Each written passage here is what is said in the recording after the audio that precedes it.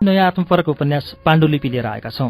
कृष्ण धरावासीको जीवनी समेटिएको आधा बाटो हामीले धेरै अघि सुनिसकेको उपन्यास हो। यसैको दोस्रो भागको रूपमा कृष्ण धरावासीले पाण्डुलिपि सार्वजनिकीकरण गर्नुभएको छ। यसैको भूमिका सुरुमा वाचन गरेर सुनाउँदैछु।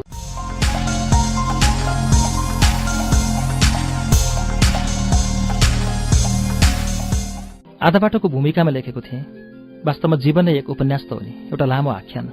जन्मदेखि मृत्युसम्मको एउटा व्यक्तिको जीवन नै एउटा ठूलो आख्यानको समूह हो। एउटा मान्छेको जीवनसँग जोडिन आउने समय र संसारका सबै विषय र तत्त्वहरूले उसको व्यक्तिगत कथा पनि सामाजिक र सांसारिक बन्छ। एउटा साधारण व्यक्तिले जीवन सिंगै राष्ट्र, मानव सभ्यता र इतिहासको सारांश हुन्छ।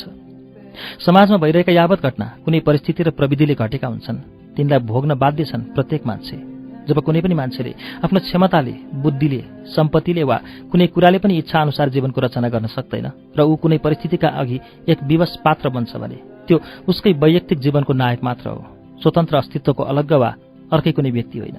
बितेका हरेक इतिहासका पानाभरि व्यवस्थाका महान अनुहारहरूलाई जब एक एक गर्दै हेर्न थालेँ, मलाई लाग्यो यो सारा संसार नै एउटा ठूलो औपन्यासिक कृति हो, जसभित्र अनेक उपकथा, पुराकथा, मिथकहरू छन्। कोही पनि निर्णायक र रचनाकार, स्रष्टा वा निर्माता छैन। कसैले पनि यहाँ कुनै पनि काम आफ्नो क्षमताले गरिरहेका छैनन्। सबै पात्रत्वको भूमिका मात्र निर्वाह गरिरहेका छन्। परिस्थिति र समयले उत्पन्न गरेको वातावरणमा आफूलाई व्यवस्थित गर्दै जाँदा, उत्पन्न नयाँ परिस्थितिहरूलाई भोग्दा तिनले अलग्गै केही गरेका हुन् कि भने चाहिँ देखिएता पनि वस्तुतः ती स्वतः भएकाहरू थिए। व्यक्ति त त्यसको उपभोक्ता मात्र हो, एउटा साधारणता। आज त म झन् यिनै कुराहरूलाई सही छाप गरिरहेछु। 10 वर्ष अघि 2059 कार्तिक 12 गते यी अभिव्यक्ति लेखिरहँदा नै मैले जीवनलाई एउटा उपन्यासका रूपमा स्वीकारिसकेको थिएँ। जीवनमा आफू एक निरीह पात्रताको उपस्थिति भोग्न बाध्य भइरहनु पर्दा भोगेका सबै कुरा आख्यानका रूपमा अनुभूत गरिरहेछु आज पनि। मैले चाहेर आफैले रचना गरेका वा नचाहेर बहिष्कार गरेका कुनै घटना भएनन् मसँग। म त नदीको किनारमा उभिएको रुखको सुकेको पात हावाको सानो झोक्काको दबावले झरेर नदीको वेगसँग सहजै बगिरहे जीवनमा। कुनै पनि यस्ता क्षण भएनन् जसलाई मैले आफ्नो इच्छा र रहरले आफू अनुकूल बनाए वा बनाउन सकेँ। खुसीका क्षणहरू हुन् वा दुःखका आँसुहरू अथवा आत्तिएका कोलाहलहरू पनि मद्वारा रचना गरिएका थिएनन्। ती मद्वारा इच्छाइएका थिएनन्। जीवनको कठपुतलीयतालाई म आज झन् ज्यादा स्वीकारिरहेको छु। आज मलाई लाग्छ जीवन एउटा प्रविधिद्वारा लेखिएको पुस्तक हो, जसभित्र उपस्थित पात्रहरू केवल एक निश्चित अवधिको भूमिका निर्वाह गर्न बाध्य छन्। म आफू लेखक भएको हैसियतले कुनै कृति लेखिरहँदा मेरो पाण्डुलिपिमा अनेकौं घटना र पात्रहरू यथार्थ अस्तित्व बोकेर आउँछन्। ती मसँग बोल्छन्, रिसाउँछन्, रमाउँछन्, तर उनीहरू स्वयंको अधीनमा छैनन्। तिनलाई म तिनका इच्छा विरुद्ध पनि घटनाहरूमा पठाइरहन्छु। तिनलाई लेखिरहेको कागजमा मेरा किरिङमिरिङ बुझ्न गाह्रो हुने अक्षरहरू कहिले तेर्सिँदै, कहिले बाङ्गिँदै, कहिले काटिँदै, कहिले दोहोरिँदै अघि बढिरहेका हुन्छन्। लेख्दा लेख्दै बीचमा छुटेको शब्दहरू कागे सङ्केत दिएर वाक्यका थाप्लातिर थपिएका हुन्छन्। कतै टिपेक्स लगाउँदै त्यसैमाथि लेखेका हुन्छन्। पाण्डुलिपि सकेसम्म राम्रो र बुझिने बनाउन खोज्दै पनि त्यो रङ्गी बिरङ्गी टाटे पाङ्ग्रेर बुझिन सक्नुहुन्छ। सोचिरहेछु जीवन पनि एउटा त्यस्तै पाण्डुलिपि रहेछ, कुनै प्रविधिभित्र सङ्कुचित गरिएको व्यवस्थामाथिको लेखत, कतै नमिलेको, कतै नसजिएको, अनाकर्षक र आफैले समेत बेला बेला पढ्न वा बुझ्न नसकिने। आफ्नै जिन्दगी आफ्नै आँखामा अपरिचित, कुरूप र अव्यवस्थित, कुनै सिकारु लेखकले लेख्दै किर्दै गरेको पुरानो डायरी जस्तो। एउटा शब्द मिलाउन खोज्दा अघिल्ला थुप्रै शब्दहरू चलमलाउन खोज्ने, एउटा वाक्य मेटिदिँदा आउने अनुच्छेद नै अव्यवस्थित हुने, कसैले योजनाबद्ध रूपमा रचना गरेको वियोगान्त धुन जस्तो निरन्तर मनमा बजिरहने, कानमा गुन्जिरहने र आँखामा बगिरहने यो जिन्दगी लाग्छ कसैले लेखिरहेको एक असुन्दर किताबको पाण्डुलिपि हो।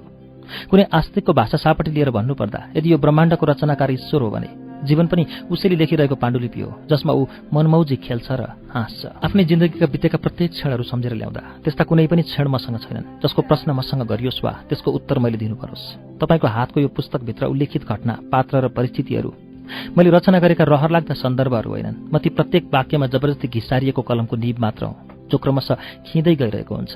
त्यसैले सोचेँ लेखेको यस पुस्तकलाई कुनै शीर्षक त दिनै पर्ला, अनि लाग्यो यो कृति पनि एउटा पाण्डुलिपि नै हो, कुनै नियतिको कलमद्वारा समयको कागजमाथि कोरिएको कथाको, र म त्यसको नायक हुँ, जो लेखकको अविष्टको सहयात्री, मात्र सहयात्री, कृष्ण धरावासी, 27 माघ 2068, चण्डोल, काठमाडौँ।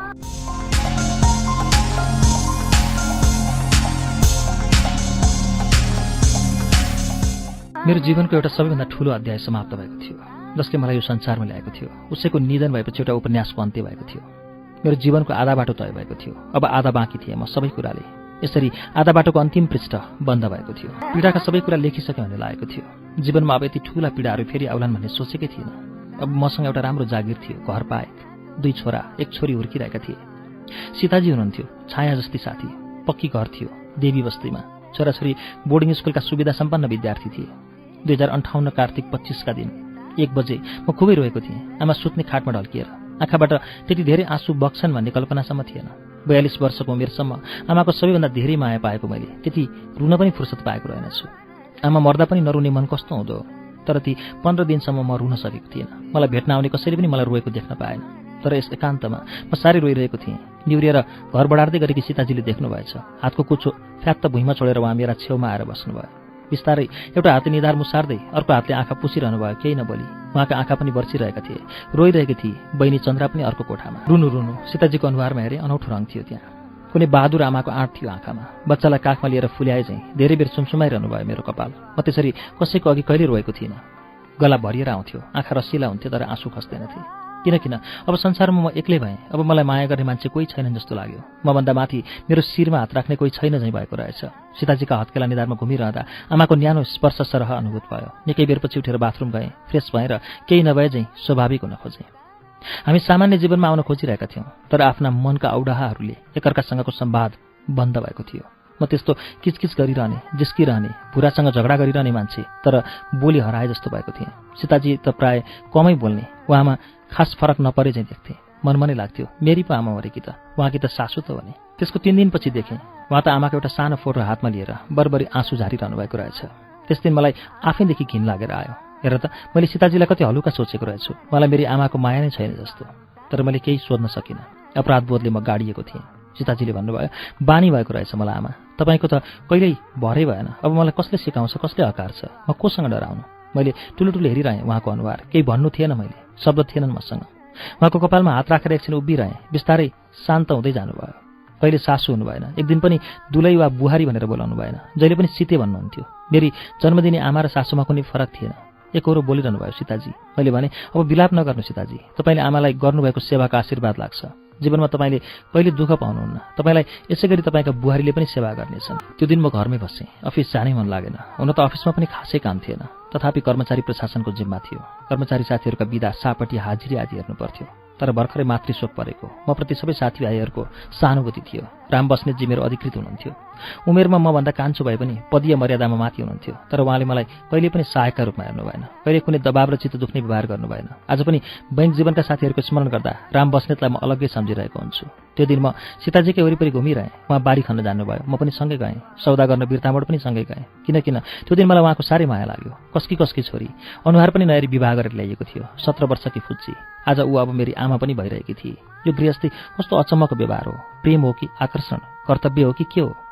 मलाई केही समय अघिदेखि पिसाबमा समस्या देखिन थालेको थियो। पिसाब गर्दा सानो धारो जाने, छिनछिनमा पिसाब लागिरहने, पिसाब फेरिसक्दा पनि बाँकी रहे जस्तो भइरहने, भित्र कतै पोले झैँ, दुखे झैँ भारी अनुभव हुने, पिसाबको धारो फाट्ने आदि। आमाको काम सकिएपछि डाक्टर बाकहाँ गएँ। उहाँले जाँचेर भन्नुभयो, तँलाई त प्रोस्टेट भए जस्तो छ केटा। तर यति कलिलै म कति चाँडो भयो। यो त 50 वर्षदेखि उता प्राय पुरुषहरूलाई हुने खालको समस्या हो। धेरै गाह्रो भयो भने अपरेसन गर्नुपर्छ। तर अहिलेलाई यो औषधि खानु र तातो पानीले सेक्नु। उहाँको कुराले मन भरङ्ग भयो। प्रोस्टेटका बारेमा सामान्य जानकारी त थियो। यो केही गरी बिग्रियो भने क्यान्सर हुने ठूलो सम्भावना हुन्छ। महिलाको पाठेघर र पुरुषको प्रोस्टेट क्यान्सरका साझा अङ्ग हुन् भन्ने बुझेको थिएँ। भर्खरै आमा बितेको यो कलिलो भएको मनमा नमिठो मानसिक दबाव पर्यो। अब म यही बिमारले चाँडै नै मर्छु जस्तो लागेछ मनमा। सधैँ धेरै बेर बस्न मन लाग्ने ठाउँ। त्यो दिन चाँडै नै हिँडेँ। डाक्टर बाको दबाईले खासै काम गरेको थिएन। शनिश्चरी रोडको पश्चिमपट्टि एउटा सटरमा पहिलेदेखि होमियोको पसल थियो। यिनीहरूतिरका एक मुसलमान भाइ त्यहाँ बस्थे। सीताजीसँग सौदा गर्न हिँडेरै बिर्तामोड जाँदै गर्दा त्यही पसल अगाडि पुगेपछि सीताजीको मनमा के लागेछ कुन्नी भन्नुभयो, तपाईँको त्यो पिसाबको समस्याको पनि दबाई हुन्छ होला नि यिनीहरूसँग, सोधी हेरौँ न। हामी दुवै भित्र छिर्यौँ।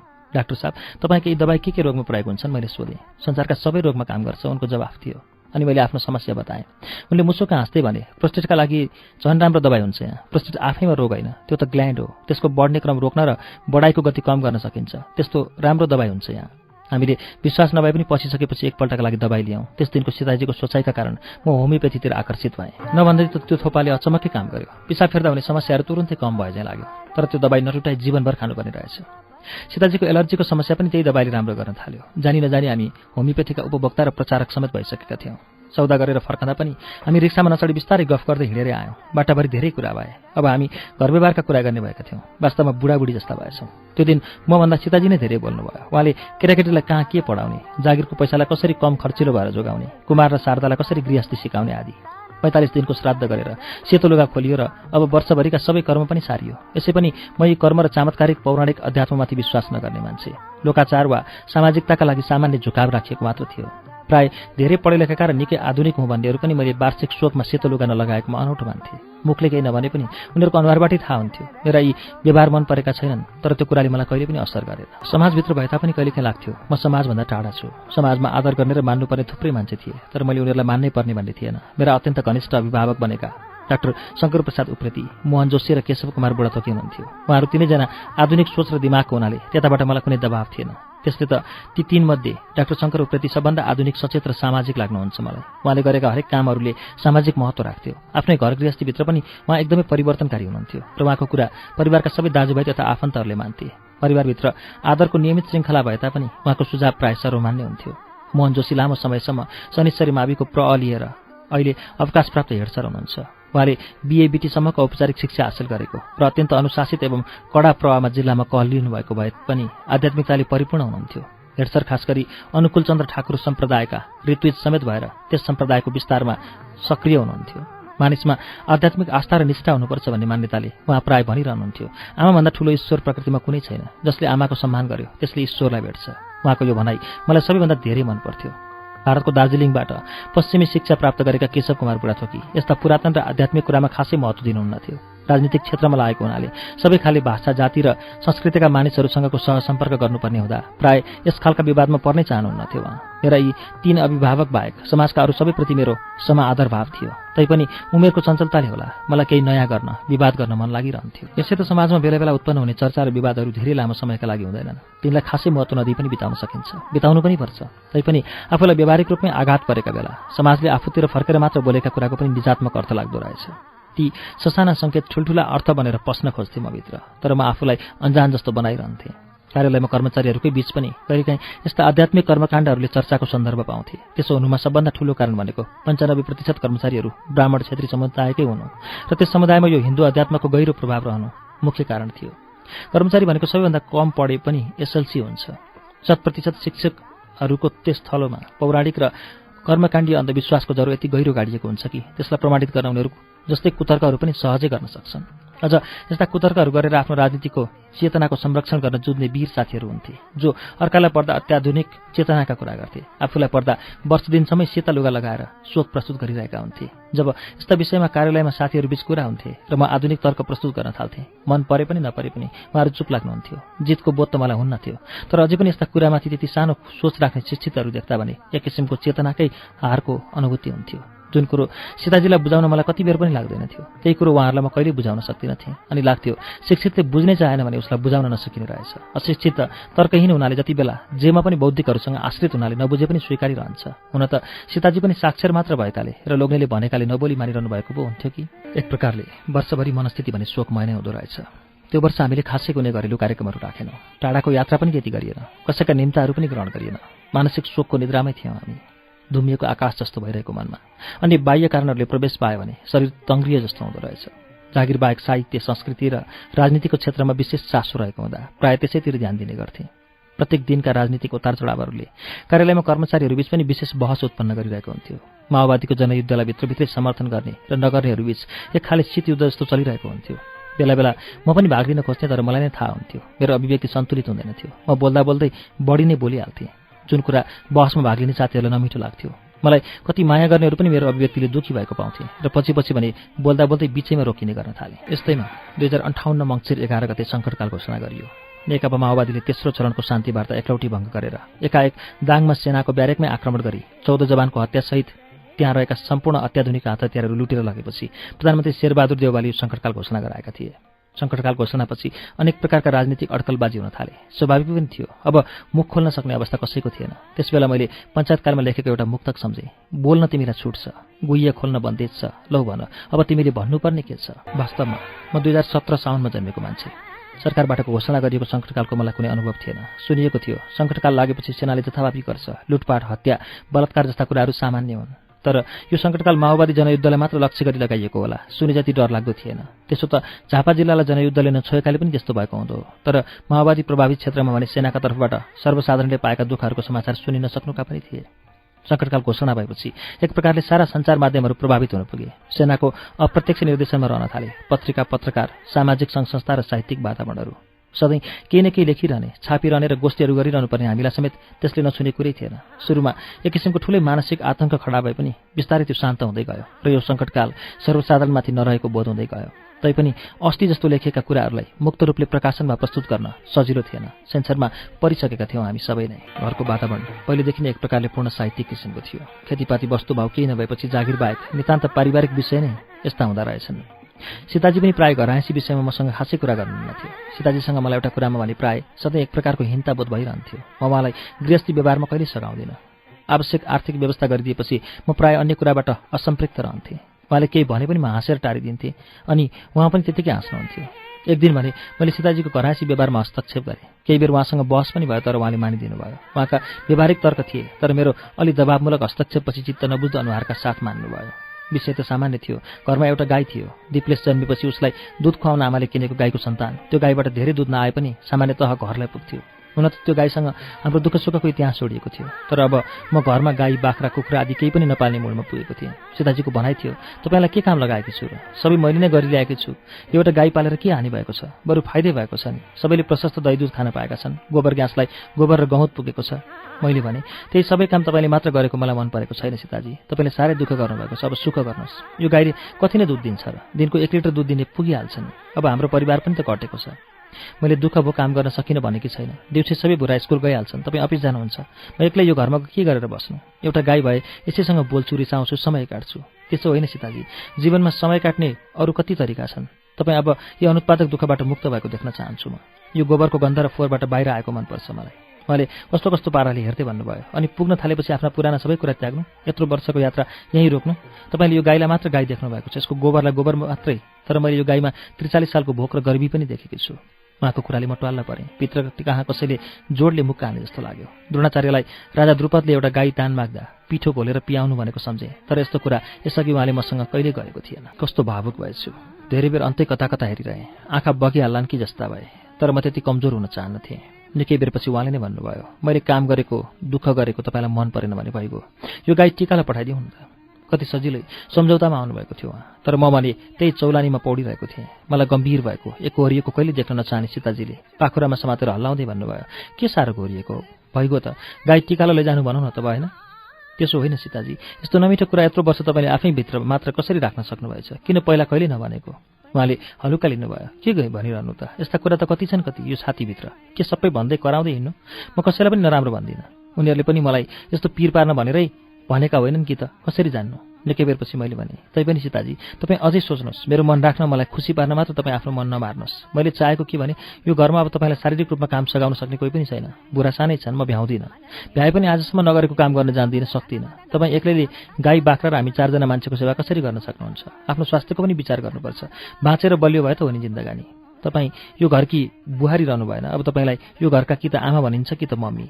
उहाँ केही बोल्नु भएन, सुनिरहनु भयो। मैले नै भनिरहेँ, तपाईँ पनि पढ्नुहोस् यी लाइब्रेरीका पुस्तकहरू, घर सजाउनुहोस्। कहिलेकाहीँ घर बाहिर छरछिमेकमा पनि जाने गर्नुहोस्। अलिक सामाजिक पनि हुनुपर्छ। अरूले पनि त चिन्नुपर्छ। म मात्र चिनेर कहाँ पुग्छ र? अरू कुरा त ठिकै हुन्, यो चिनिने कुरा चाहिँ मलाई मन पर्दैन। किन चिनिनु पर्यो र? तपाईँले चिनेकै मनपर्छ मलाई। अब मैले चिनिएर के हुन्छ? म नपढेकी मान्छे, पढिलेखेकाहरूको अगाडि बोल्न पनि जान्दिनँ, बस्न पनि जान्दिनँ। तपाईँको कत्रो इज्जत भइरहेको ठाउँमा मेरो के काम भन्दै सीताजीले तर्क राख्नुभयो। गाई टिका बहिनीलाई दिन उहाँ स्वीकृति जनाउनु भयो। जीवनमा सबैभन्दा धेरै आश्चर्यचकित भएको त्यही दिन हो मेरो, जोसँग मैले 18 वर्ष एउटै शरीर भएर बिताएको थिएँ र सोच्थेँ, यो मभन्दा 7 वर्ष कान्छी, 7 कक्षा मात्र पढेकी केटी, यसको बुद्धि कति होला र? कुरुकुरु काम गर्छ बिचरा नबोली। तर आज म अवाक भएको थिएँ। उहाँको बुद्धि र तर्कहरूको अगाडि म नाजवाफ थिएँ। टाउकामाथि कुनै शीतल टोपी उड्दै आएर बिस्तारै बसे जस्तो लाग्यो। मैले सीताजीलाई तपाईँ भन्न थालेको धेरै भएको थिएन। बिर्तामोडको घरमा सरेपछि जब उहाँ र म सानी केटी मात्रै भयौँ अनि मैले जिस्केको पारामा खुसी व्यक्त गरेँ चाहिँ सीताजी ल बस्नुहोस् भनेको थिएँ पहिलोपल्ट। उहाँ पनि खुसीको मुडमा हुनुहुन्थ्यो। मेरो अभिव्यक्तिलाई खासै महत्त्व दिनु भएन, तर म भने अब हरेकपल्ट त्यही शैलीमा सम्बोधन गरिरहन थालेँ। एक दिन उहाँले भन्नुभयो, तपाईँ मलाई किन तपाईँ भनेर होच्याउनुहुन्छ? के मन परेको छैन अचेल? म झसङ्ग भएँ। मैले त नकारात्मक अर्थमा पो बुझिरहनु भएको रहेछ। एक दिन ट्वाल्ल परेर हाँस्दै भने, मैले तपाईँलाई जिस्काएको जस्तो लागेको छ। मैले त साँच्चै पो भनेको त। भन्नु पर्दैन मलाई तपाईँ सबै। दुनियाँले सुन्दा पनि लाज मर्दो। झन् आमाले सुन्नुभयो भने के भन्नु होला? फेरि हाँस्दै बोले, अहिले त्यहाँ आमा र अरू पनि त छैनन् नि, अहिले भन्दा चाहिँ के हुन्छ र? अचेल तपाईँ मलाई हेप्न थाल्नु भएको छ। अब म भोलि नै माथि गएर आमालाई लिएर आउँछु। वास्तवमा सीताजीको मुडै बिग्रियो त्यस दिन। अनि मैले हाँस्दै भनेको थिएँ, ल भइगयो, अबदेखि तिमी नै भनौला, भएन त? ओ तिमी भन्दै म हाँसेको थिएँ, तैपनि उहाँ उज्यालिनु भएको थिएन। अनि आज फेरि उहाँले त्यही प्रश्न दोहोऱ्याउनु भएको थियो। अचेल तपाईँले मलाई फेरि तपाईँ भन्न थाल्नुभयो नि। मैले भने, म वास्तवमै तपाईँलाई तपाईँ भन्न चाहन्छु सीताजी। मैले यो जिस्काएको होइन, हामी साथी त हौँ नि। मैले नै तपाईँ भने तपाईँलाई अरूले पनि हेप्न सक्दैनन्। मलाई कसले हेपेको छ र? पर्दैन यो लाज मर्दो तपाईँ भन्नु। त्यो दिन पनि उहाँले विरोध गर्नुभयो, तर मैले जिस्केकै भाकामा भए पनि भनिरहन थालेँ। बिस्तारै उहाँलाई त्यस्तो शून्य बानी लाग्दै आएछ। मेरो पनि मुखमै तपाईँ झुन्डिएको थियो। उहाँका बारेमा अरूसँग कुरा गर्दा बाहिर फेर पनि तपाईँ नै भन्न थालेँ। बिस्तारै थाहै नपाई यो शब्द बानी पर्यो। वास्तवमा म पहिलेदेखि नै उहाँलाई तपाईँ भन्न चाहन्थेँ। मलाई लाग्थ्यो बिहे गरेर ल्याएपछि मात्र त ऊ श्रीमती भएको, नत्र त को हो को? ऊ र म सबै कुरा र हैसियतमा बराबर। अझ यस घरमा उसको मूल्य बढी छ। किन होच्याएर तँ वा तिमी भन्नु? तर आमाका अघि तपाईँ भन्न कहिल्यै आँट आएन। आमा बिर्तामोड सरेपछि आमाको अघि मैले फेरि तिमी नै भनेको थिएँ। हुन त आमाले पनि के नै गर्नुहुन्थ्यो होला र? जीवनमा कुनै दिन मेरो इच्छा विरुद्ध केही नगरेकी आमाले मैले श्रीमतीलाई तपाईँ भन्दा पनि के भन्नुहुँदो र? तर मैले आँट गर्न सकिनँ। आमा बितेपछि भने मैले निर्धक्कसँग सीताजीलाई तपाईँ भन्न थालेँ। केही समय सुन्नेहरूलाई असजिलो भयो होला। बिस्तारै बानी पर्दै गयो। सानी 17 वर्षकी पुच्ची बिहे गरेर ल्याइएको थियो। उनले सारी लगाउनै जानेको थिएन। सधैँ टिकाले लगाइदिनु पर्थ्यो। सारीमा डल्लो परेकी सानी केटी घर आँगन र भान्सामा लुटुपुटु गरिरहेकी हुन्थे। पातलो पातलो गरी निकै हुर्केका केटीहरूले पनि कुर्ता सुरुवाल लगाउन थालेका थिए। कतिपय बिहे गरेकै आइमाईहरू पनि कुर्ता सुरुवालमा देखिन्थे। हामीले टिकालाई पनि कुर्ता सुरुवाल सिलाइदिएका थियौँ। मलाई सीताजीले पनि कुर्ता सुरुवाल लगाउन पाए हुने जस्तो लाग्थ्यो। तर कहिलेकाहीँ अरूका बुहारीका प्रसङ्ग निकाल्दै आमाले भनेको सुन्थे, अचेलका बुहारी सासू ससुराका अगाडि लाजै नमानी कुर्ता सुरुवाल लाएर ढल्किन्छन्। आमाको त्यो भनाइले उहाँमा बुहारीले कुर्ता सुरुवाल लगाउनु हुन्न भन्ने विश्वास रहेको बुझेको थिएँ। बिचरा सीताजीलाई पनि कति रहर थियो कुर्ता सुरुवाल लगाउने, तर कसरी लगाउन दिने म समस्यामा थिएँ। एक दिन उहाँ रुनु नै भयो। मलाई कति गाह्रो हुन्छ यो सारी लाएर काम गर्न। यस्तो गर्मी छ, भित्र सुतीको बाक्लो पेटीकोट, बाहिर सुतीकै यो बाक्लो सारी 4 फन्का बेरेर लगाउनुपर्छ। सबै बुझे पनि म केही बोलिनँ। कुनै तरिकाले पनि सासू बुहारीमा मनमुटाव नहोस् भन्ने म चाहन्थेँ। अनि मैले एक दिन शनिबार बजारबाट 2टा रेडिमेड गाउन किनेर ल्याइदिएँ सासू बुहारीलाई। त्यो देखेर आमा एकछिन छक्क परेर हाँस्नुभयो। यत्रो वर्षमा छोराले पहिलोपल्ट के किनेर ल्याएछ भनेको त यो भ्याङ्लो पो रहेछ। लाउँदिनँ म त यस्तो लाजो मर्दो। त्यही सितेलाई दिए, उसैले लाउँछ फेरि। मैले भने, यो लाएर बजार जाने तीर्थ जाने होइन नि आमा, घर बस्दा पो लगाउने त। यस्तो गर्मीमा यो लाउँदा कति शीतल हुन्छ। अचेल त सबै घरमा बस्दा यस्तै लगाउँछन्। पर डाक्टरले आमा पनि त लगाउनुहुन्छ। निकै बेरपछि भन्नुभयो, खैले त लाई हेरौँ, लाज लाग्छ होला, भइगयो आज लगाउँदिनँ, पछि कुनै दिन लगाउँला। अनि सीताजीलाई बोलाएर भन्नुभयो, ए सीते तँ त यो लगा, कस्तो देखिँदी रहेछस्। सीताजीले लगाएर आएपछि राम्ररी हेरेर हाँस्दै भन्नुभयो, यसलाई त कति राम्रो सुहायो, लु अब घर बस्दा यही लगा है। सीताजी हँसिरी भएर भान्सातिर लाग्नुभयो। राति सुतेको बेला कान्नेर खेती त हाँस्दै सोध्नुभयो, होइन आज तपाईँलाई के को भूत चढ्यो नि? सोच्नु न, सपना देख्नु, कसले भनेर ल्याएको यो? मैले पनि बिस्तारै कानैमा मुख लगेर भने, यो भनेको तिम्रो कुर्था यात्राको प्रारम्भ हो। अब हेर बिस्तारै हाम्रो घरमा कुर्था पनि छिर्छ। उहाँले च्याप्प अँगालो मार्नुभयो। नभन्दा त्यसको केही समयपछि 2046 वैशाखमा तेस्रो महानन्द पुरस्कार समारोह इलाममा हुने भयो। त्यस कार्यक्रममा सकेसम्म सबै कवि साथीहरूले आफ्ना श्रीमती पनि लैजाने भए। मलाई पनि सीताजीसँग बाहिर घुम्न जान मन थियो। घरको काम, पैसाको अभाव र बेफुर्सदीका कारण बिहे भएको 5 वर्षसम्म ससुराली भन्दा बाहिर एक रात पनि मैले उहाँसँग बिताउनु पाएको थिइनँ। घरमा काम गर्दा गर्दा दिक्क भयो कि उहाँ पनि कहिलेकाहीँ भन्नुहुन्थ्यो, टाढा कतै जानु जस्तो लाग्छ कहिले त, कति यही घर आँगन मात्र गर्नु आफैदेखि वाक्क लाग्छ। म केही नबुझे चाहिँ गर्थेँ। अनि यसपालि चाहिँ जे पर्ला इलाम लैजाने विचार गरेर डराउँदै आमासँग भने। आमाले खुसी हुँदै भन्नुभयो, घुमाउनु त पर्छ नि कहिलेकाहीँ, कति बसोस् यही घरमा मात्र, मान्छेले पनि चिन्छन्। पहिले हामी त मेलापात गर्थ्यौँ, घरबाट टाढा टाढा पनि पुग्थ्यौँ। यो शीतले त यो आँगन पनि नागेकी छैन होला। मैले त वर्षमा एकपल्ट हप्ता दिन लगाएर धरानको नुन पनि खेपेकी छु। आमाको कुरा सुनेर म ठन्डा भएको थिएँ। मनमा लागेको थियो, आमाले पर्दैन भन्नुहुन्छ होला, उहाँबाट बिदा मिलाउन निकै परिश्रम गर्नु पर्ला। तर मैले आफ्नै आमाको मन पनि राम्ररी बुझेको रहेनछु। मैले मनमा नै आमालाई एउटा कठोरताकी मूर्ति चाहिँ ठानेको रहेछु। माथिल्लो कोठामा बसेर सीताजी कुरा सुनिरहनु भएको थियो। आमाको कुरा सुनेपछि तल्लो कोठामा आएर आमाकै छेउमा बस्नुभयो। आमाले भन्नुभयो, त पनि जासी त यसपालि इलाम, साह्रो राम्रो छ इलाम। त्यहाँको चियाबारी जति हेरे पनि चित्त बुझ्दैन। 4 खोल भन्छन् त्यसलाई। 4वटा खोलाले घेरिएको भएर 4 खोल भनेका अरे। पुबा खोलातिर साङरुम्बा पर्छ। हाम्रा बाहरू पहिले बसेको ठाउँ। डिप्रेसलाई लानु पर्दैन, मैसँग बसिहाल्छ। आमाले सजिलै बिदा दिएको देख्दा उहाँ पनि छक्क पर्नुभएछ। भरे भन्नुभयो, हामीले त आमालाई चिनेकै छैन कि के हो। इलाम जाने भएपछि एक दिन सीताजीलाई लिएर बिर्तामोड गएँ। राम्रो सुतीको कुर्ता सुरुवालको कपडा किनेर सिलाउन दियौँ। सीताजी डराउँदै हुनुहुन्थ्यो। आमालाई चाहिँ सोधेको छैन, म केही बोलेको थिइनँ। मेरो मनभित्र पनि त्यही डर थियो। हिँड्ने दिन घरबाट सारी चोलोमै निस्कनु भयो सीताजी छोरो बोकेर। आमाले नलानु भन्दा भन्दै सीताजीले छोड्न मान्नु भएन। आमा भन्दै हुनुहुन्थ्यो, लान त लगेच सीते, त्यहाँ बिरामी परेर ल्याइस् भने चाहिँ अनि मैले जाने छु। आमालाई भन्दा हजुरआमालाई पिर थियो नातिको। सीताजीले पनि 3 वर्षसम्म एकै रात नछोडेको हुनाले सँगै लैजान खोज्नु भएको थियो। बिर्तामोड पुगेर सीताजीले लुगा फेर्नुभयो अनि पहेँलो रङका कुर्ता सुरुवाल र सल धारण गर्नुभयो। म हेरेको हेरे भएँ। त्यो रङमा त्यहाँ त्यति सुन्दर देखिनुहोला भन्ने मैले कल्पना पनि गरेको थिइनँ। 22 वर्षकी सीताजी त्यो यात्राभित्रकी आकर्षक हुनुहुन्थ्यो। सबले तारिफ गरे उहाँलाई। बिचरा लाजले भुत्तुक्कै इलाम यात्राको वर्णन आधा बाटो र म हिँडेको बाटोमा भइसकेको छ। फर्केर बिर्तामोड आइसकेपछि उहाँले मलाई पुलुक्क हेरेर भन्नुभयो, के अब लुगा फेर्नु? किन, मेरो प्रश्न थियो। अनि यिनै लुगा लगाएर जाने त घर? हो त, यिनै लुगा लगाएर जाने र अबदेखि सधैँ यिनीहरू यस्तै लगाउने, मैले उत्तर दिएँ। मलाई लाग्छ त्यसबेला मेरो अनुहार कठोर भएको हुनुपर्छ, तर सीताजी एकदमै डराएकी जस्तै हुनुभयो। मैले भने, किन डराएकी? म छैन, केही भन्नुहुन्न आमाले। अस्ति गाउँ ल्याउँदा केही भन्नुभयो र? तैपनि बिर्तामोड र शनिश्चरी बजारमा अलमल गर्दै साँझ पारेर हामी घर पुग्यौँ। आमा बाटो हेरेर बसिरहनु भएको रहेछ। दिप्लेश बिमारी भएको कुराले उहाँ सुनिसक्नु भएछ। हामी पुगेपछि एकपल्ट पुलुक्क सीताजीलाई हेरेर दिप्लेशलाई काखमा लिई कपाल मुसार्न थाल्नुभयो। सीताजीले छिटो छिटो कोठामा पसेर लुगा फेर्नुभयो। खाना खाएपछि सबै यात्रा विवरण सुनायौँ। दिप्लेश बिमारी भएको कुरा राम्ररी बेली विस्तार लगायौँ। भोलिपल्ट बिहान 8 बजे खाना खाएर म अफिस हिँडेँ। मनमा सीताजीको कुर्ता सुरुवालप्रति आमाको प्रतिक्रियाको झस्को छँदै थियो। बा यही नेउले सासु बुहारीको मनमुटाप पो हुने हो कि? तर भरे बेलुका घरमा पुग्दा एकदमै सामान्य अवस्था थियो। सीताजीको अनुहार सधैँभन्दा पनि खुसी थियो। राति सुतेका बेला बिस्तारै सोधेँ, आमाले कुर्ताबारे केही भन्नु भएन? के को नभन्नु नि, भन्नसम्म भन्नुभयो। सीताजी त खुसखुस गर्दै हाँस्न थाल्नुभयो। के भन्नुभयो त? डराएको मनले सोधेँ। तपाईँ हिँडेपछि एकछिन गनगन गर्नुभयो। यिनीहरू अब हुर्केछन्, ठुला भएछन्, मलाई वास्ता गर्न छाडे, मन खुसी गर्न थाले। मैले यिनीहरूलाई के गर्न सकेकी छु र मलाई एक शब्द सोधेको भए के हुन्थ्यो भन्नुभयो। डरले लुकलुक भएकी थिएँ। खाना खाइसकेर धन्दा सकेपछि उहाँले नै बोलाएर कुर्ता सुरुवाल लाउन हराउनु भयो। डराउँदै लगाएपछि उज्यालो मुख पारेर हाँस्दै भन्नुभयो, कति सुहाउँदो रहेछ तँलाई त। हुन त यो उमेर जे पनि सुहाउने नै हो नि, तर 2-4 दिनसम्म लगाएर बाहिर फेर नहिँड्नु भन्नुभयो। अरू केही भन्नु भएन? भन्नुभयो। के भन्नुभयो? बुबाले पनि उहाँलाई के लुकाएर ल्याइदिनुहुन्थ्यो अरे। म छक्क परेँ, आँखा भिजे मेरा। कुर्ता बारे आमाले सोध्नु होला कि भनेर धेरै दिनसम्म बाटो हेरेँ, केही भन्नु भएन। पछि असार 15मा सीताजीलाई माइतीबाट बोलाइयो, म पुर्याउन जाने भएँ। खाना खाइसकेर जाने तयारीका लागि सीताजी लुगा लगाउन कोठामा बस्नुभयो। म तल्लो कोठामा त्यसै ढल्किरहेको थिएँ। आमा बिस्तारै उठेर माथिल्लो कोठाको ढोकामा पुगेर बोल्नुभयो, यसै यो ढोका खोल त एकछिन। बिस्तारै ढोका खोलेको सुने आमा। अनि एकछिनपछि आमा बोलेको, त्यो सारी नला, आज त्यो अस्तिको कुर्ता सुरुवाल लाएर जा भनेको सुने। म छक्क परेँ। मन ढक्क भएर फुल्यो गर्वले। 1990 सालमा जन्मेकी मेरी आमा 56 वर्षकी हुनुहुन्थ्यो।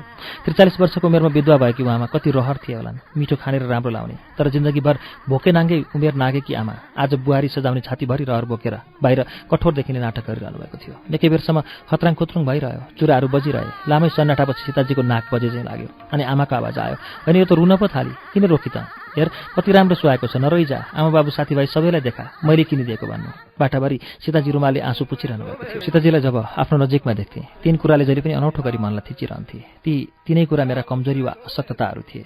पहिलो, त्यो 2040 सालको कुनै महिना हुनुपर्छ। विवाह भएको पहिलो वर्ष भएकाले पनि होला सीताजीलाई प्राय माइती जान मन लागिरहने। महिनामा 7-10 दिन उहाँ माइतीमै बिताउनुहुन्थ्यो। आमा पनि मलाई प्राय भनिरहनुहुन्थ्यो, सीतालाई माइती जान मन लागेको भए पठाइदिए, यो कलिलो उमेरमा घरभन्दा माइती नै प्यारो हुन्छ। म त भागेर पनि पुग्थेँ उहिले। 9 वर्षकै उमेरमा बिहे भएको थियो मेरो, त्यो पनि त्यही 17 वर्षकै त थिएन। आमाको विचारले म जहिले पनि अचम्मै रमाउँथेँ। सासु भएर उहाँले कुनै नराम्रो व्यवहार गर्नु होला र यो केटी रुन थाल्ने हो कि भन्ने डर कहिले भएन मलाई।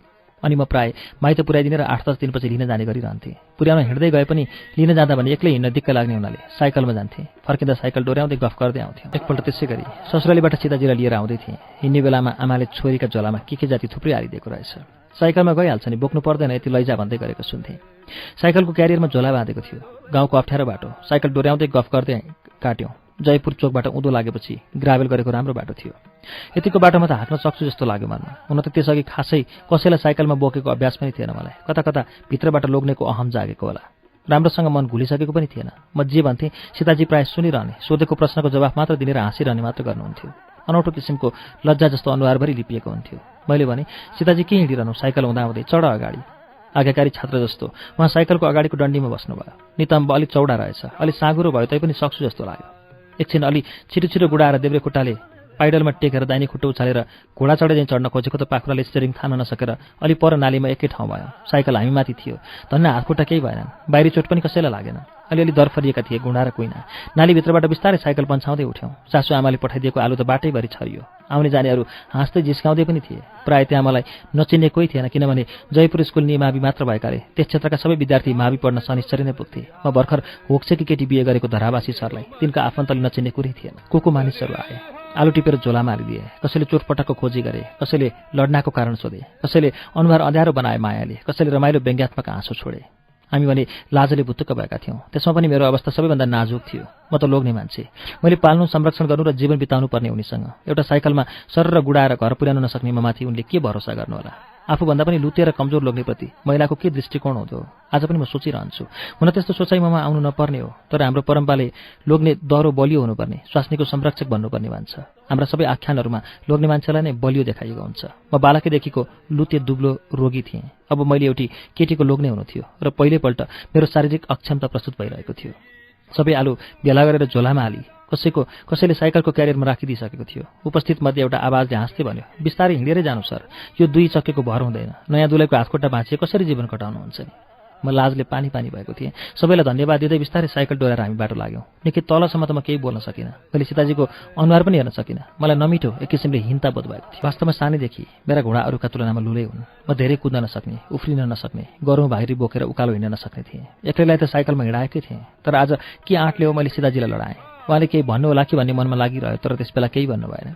हामी यसरी अरू विषयमा कुरा गर्दै आयौँ, मानौ हामी साइकलमै चढेनौँ। झन् लड्ने त के कुरा, मभित्र खिल चाहिँ बसिरहेको त्यो हिंता बोधलाई जीवनको कुनै पनि दिन उहाँले सान्दर्भिक बनाउनु भएन। उहाँले केही नभने पनि त्यो दिनको घटना मेरो दिमागमा खत चाहिँ बसिरहेको छ।